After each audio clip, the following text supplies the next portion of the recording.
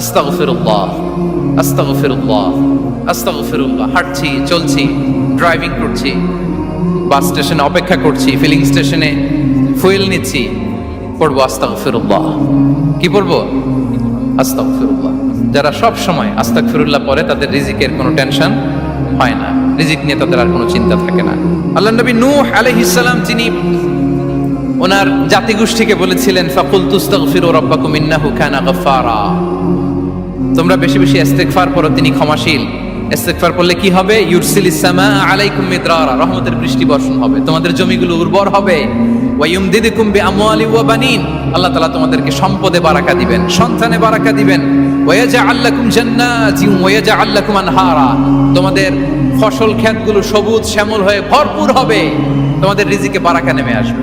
তাহলে আমরা যেন বেশি বেশি ইস্তেগফার করি। বিষ্ণু ইসা ইসলাম বলেছেন, মান লাযামাল ইস্তিগফার